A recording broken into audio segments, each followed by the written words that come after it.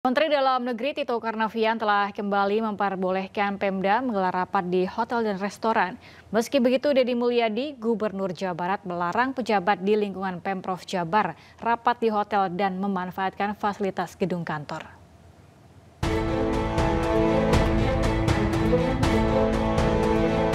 Pemerintah pusat telah memperbolehkan kembali penggunaan hotel atau restoran untuk kegiatan rapat instansi pemerintah. Meski demikian, Gubernur Jawa Barat, Deddy Mulyadi tetap belum mengizinkan Pemprov Jawa Barat menggelar rapat di hotel maupun restoran. Bahkan KDM meminta seluruh aparatur pemerintah daerah untuk memanfaatkan fasilitas gedung kantor yang sudah tersedia. Terkait kebijakan diperbolehkannya kembali aparat pemerintah daerah untuk rapat di hotel, maka pemerintah Provinsi Jawa Barat tetap memutuskan dan meminta seluruh bupati wali kota kita rapat menggunakan kantor-kantor kita yang ada, karena kantor yang ada pun sudah cukup untuk kita rapat. Toh seluruh keputusan bukan diambil hanya di rapat-rapat, seluruh keputusan diambil di ruang kerja kita masing-masing juga selesai. Tempat rapat kita dengan DPR sudah ada gedung DPR, dan uang-uang yang kita arahkan ini adalah uang hasil ngumpulkan dari peristiwa-peristiwa yang tidak penting, dari kegiatan tidak penting untuk menyelesaikan berbagai problem publik kita. Sebelumnya, Menteri Dalam Negeri RI Tito Karnavian mengizinkan seluruh pemerintah daerah kembali menggelar kegiatan hingga rapat di hotel dan restoran. Hal ini dilakukan sebagai upaya dukungan terhadap pemulihan perekonomian daerah, khususnya sektor perhotelan dan pariwisata. Dari Tim Liputan iNews melaporkan. Pasca mengalami gangguan pada server pelaksanaan sistem penerimaan murid baru atau SPMB, saat ini sistem sudah kembali normal. Dinas Pendidikan Provinsi Jawa Barat memastikan penerimaan siswa di Jawa Barat kembali normal. Setelah 3 hari mengalami gangguan pada sistem penerimaan murid baru atau SPMB, saat ini sistem kembali normal. Gangguan karena adanya sinkronisasi antara aplikasi dengan server yang disimpan oleh Diskominfo Jawa Barat.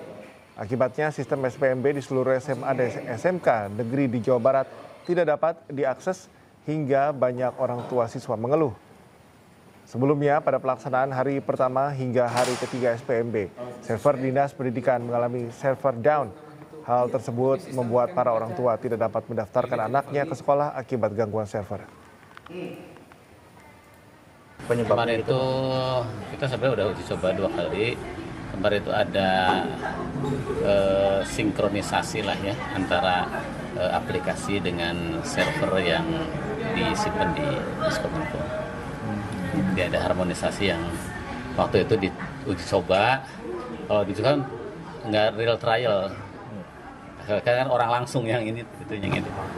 Jadi itu aja. Tapi alhamdulillah bisa diatasi dan sekarang udah bisa berjalan dengan lancar di semua tempat. Saya udah pantau. 4 SMP negeri di Bandung diduga melakukan praktik jual beli kursi di sistem penerimaan murid baru atau SPMB tahun 2025. Jika terbukti, maka baik guru maupun orang tua calon siswa bisa dikenakan sanksi pidana.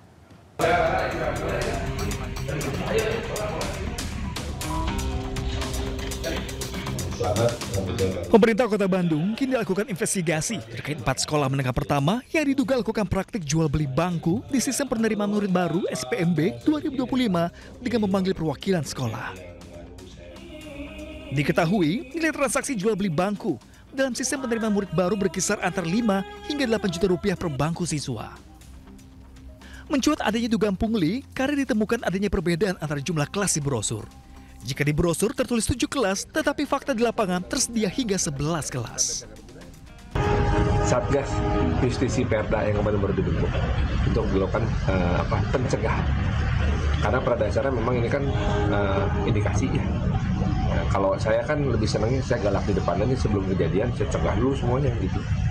Jadi mudah-mudahan tidak terjadi kejadian yang sebenarnya gitu. Tidak ada penambahan? Ya, nggak ada penambahan nanti kalau hasil penyidikan.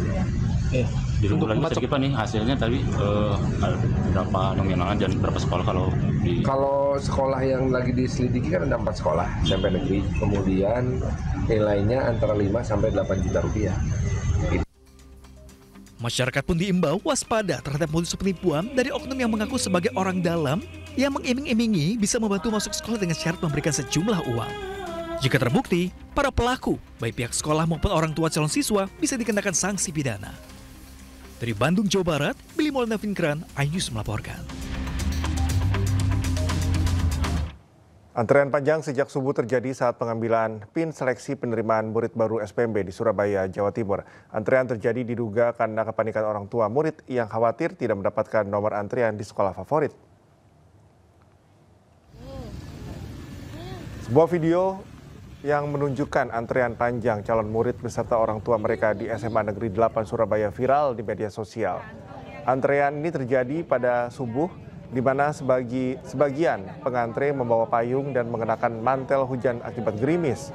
Antrean ini diketahui merupakan bagian dari pengambilan PIN dan proses validasi data seleksi penerimaan murid baru SPMB, SMA, SMK Negeri 2025. Pengambilan PIN dijadwalkan berakhir pada 13 Juni 2025, sementara validasi data akan berakhir pada 14 Juni 2025. Sesuai petunjuk teknis SPMB, pengambilan PIN dapat dilakukan secara online, namun untuk validasi data, calon murid wajib datang ke salah satu dari 10 sekolah terdekat.